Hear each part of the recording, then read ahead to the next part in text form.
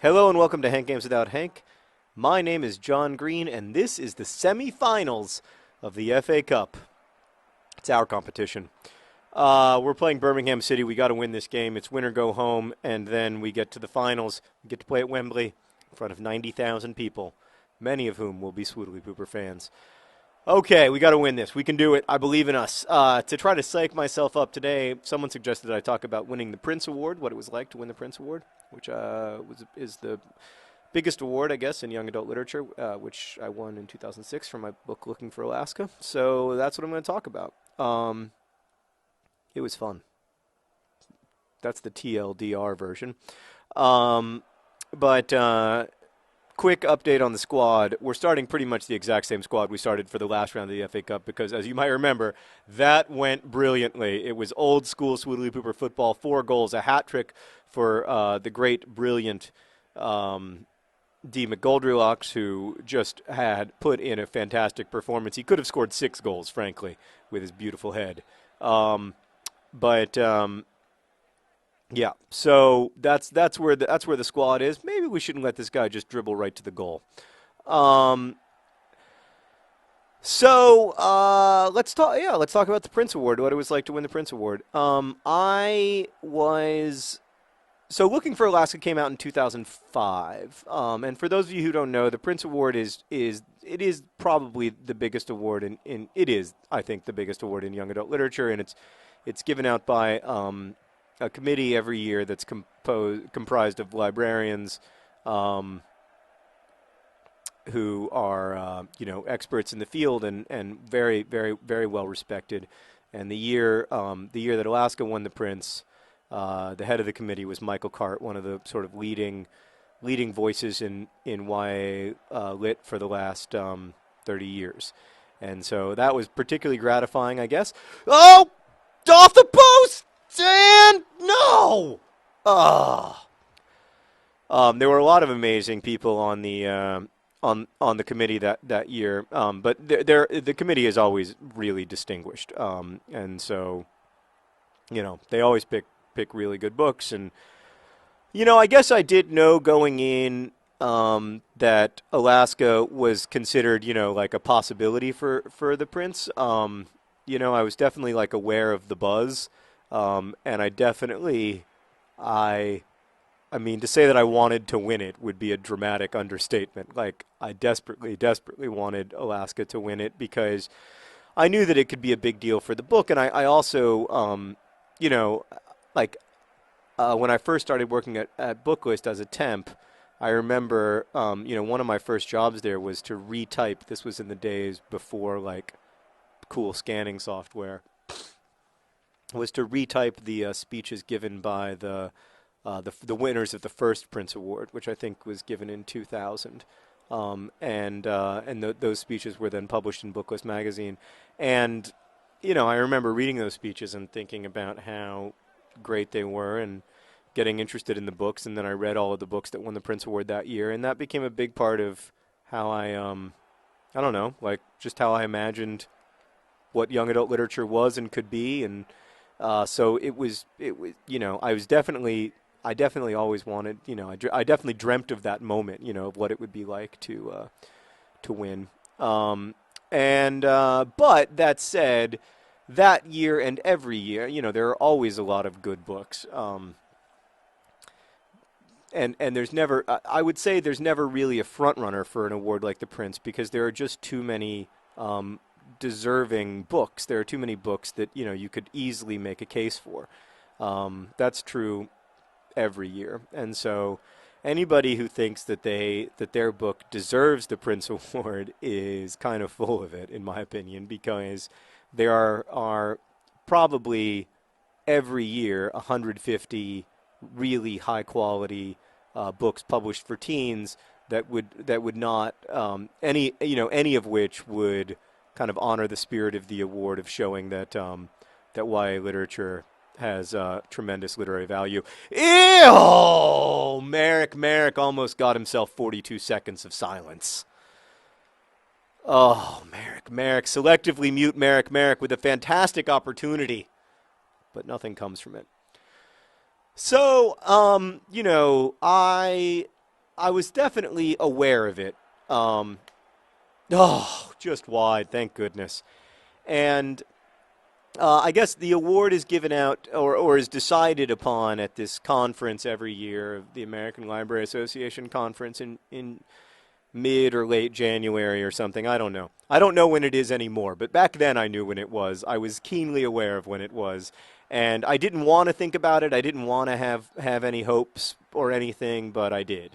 And so I remember I knew that it would be a few days um, it would be a few days in advance, or at least a day in advance when they name, because they have like a press conference to name the winners of the Newbery Prize and the Printz Award and the Caldecott, which is the big award for picture books. And I knew that they have to let people know, the winners know, before the press conference. So yeah, and the press conference was scheduled for a certain time. So I was totally aware of all of this, and I wouldn't say I was nervous exactly because, like I said, I knew that it was a long shot. It's a long shot every year, even if no matter how good your book is. Busso! It's D. McGoldrylocks. He's big. He's red. He's found the perfect bed. D. McGoldrylocks. D. McGoldrylocks. I told you that guy knows how to win the FA Cup. He is an FA Cup monster. Oh, D. McGoldrylocks. You have to say he's the breakout star of the 2017 Swindon Town Swoodly Poopers, or whatever year it is. I mean, he's fantastic. And he's another player who doesn't necessarily have an amazing ranking, but he plays all heart, Who would you rather have out there, Swoodly Pooper supporters? D. McGoldrylocks, who's a 68 on paper, or Jesus Angel, who's a 73 on paper? The truth is, you'd rather have D. McGoldrylocks out there because he bleeds Swindon red. That was a huge opportunity for John Green Nay Bennett, and he just couldn't put it in the back of the net. But we're up 1-0. It looked like I couldn't see who was winning, but Fulham was losing, which is unfortunate because I was kind of hoping that we'd have Fulham in the finals because they are not as good as the other team. Anyway, so I almost forgot my phone. That day, my parents were in town, and Sarah and I were engaged at the time, so we were going to get do all of our, registering for wine glasses or whatever. And we were also going to this obsessive drawing show at the American Folk Art Museum. This is when I was living in New York. And I almost forgot my phone, but then thankfully I remembered it. And so obviously I wasn't thinking about it too obsessively since I almost walked out the door without my phone. And then we were walking down 6th Avenue right after we went to see the Obsessive Drawing Show on our way to go register for wine glasses. And I was with my parents and with Sarah, and I got a call, and the voice on the other line was like, is this John Green? And I was like, yeah. And I got super nervous because it was like a stranger calling on the day that that the stranger would call if it were someone from the Printz committee. I will say I have since had this experience where the stranger is then like, I'm from the Democratic National Committee or whatever. And you're like, oh, crushing defeat. So while we're being honest, that has happened repeatedly.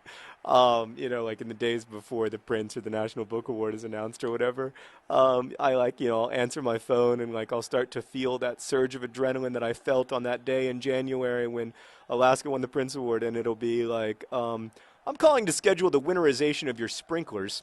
So yeah.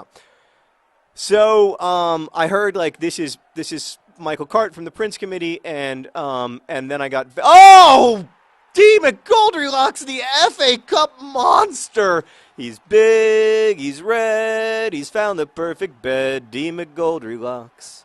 D. McGoldrylocks. Oh, he's so beautiful. Look at him. Look at him score. Total composure inside the box. That's what you like to see. And D. McGoldrylocks has established himself as a Swindon Town Swoodly Pooper star. And this is one reason why I don't think we have anything to fear moving into FIFA 13, because we know that here in FIFA 11 there are guys like D. McGoldrylocks to ensure the future of the Swindon Town Swoodly Poopers. They don't need Bald John Green and other John Green anymore. They've got the McGoldrylocks. That guy's going to score 50 goals next season. He's Lionel Messi, for God's sakes. 68 my ass. Sorry, I don't mean to curse. I meant like, like a donkey. So, uh, so he called, and then there was some kerfuffle with not being able to get uh, the speakerphone to work, and then he said, "You won the 2006 Michael Printz Award."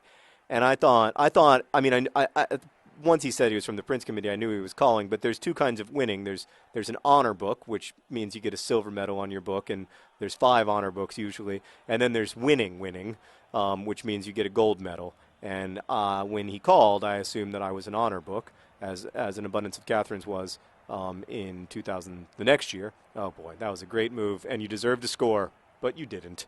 But when he said I won, I just was really overwhelmed.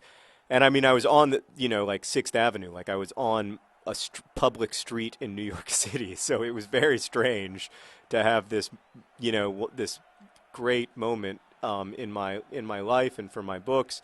And I was there with my parents, who had, been so supportive of me throughout the years that I was writing this book.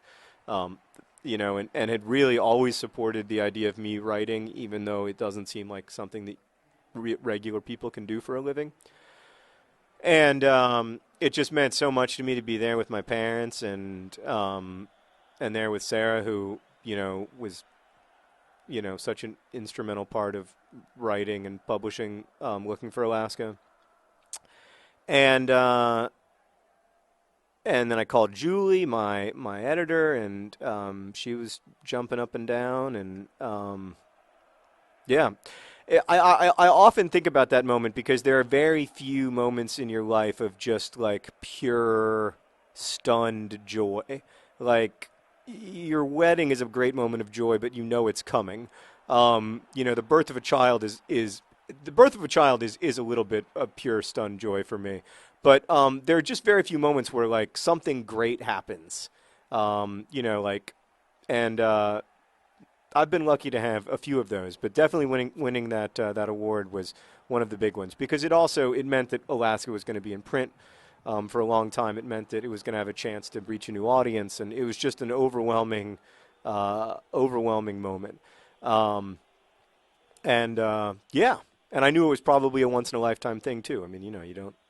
It's not something you win twice. So it was great. Thank you for that suggestion. Look at our opponents squat in shame as we prepare to head to the finals of the FA Cup. I'm going to let you know who our opponent is by, look, S. Holden Goldfield really needs a haircut.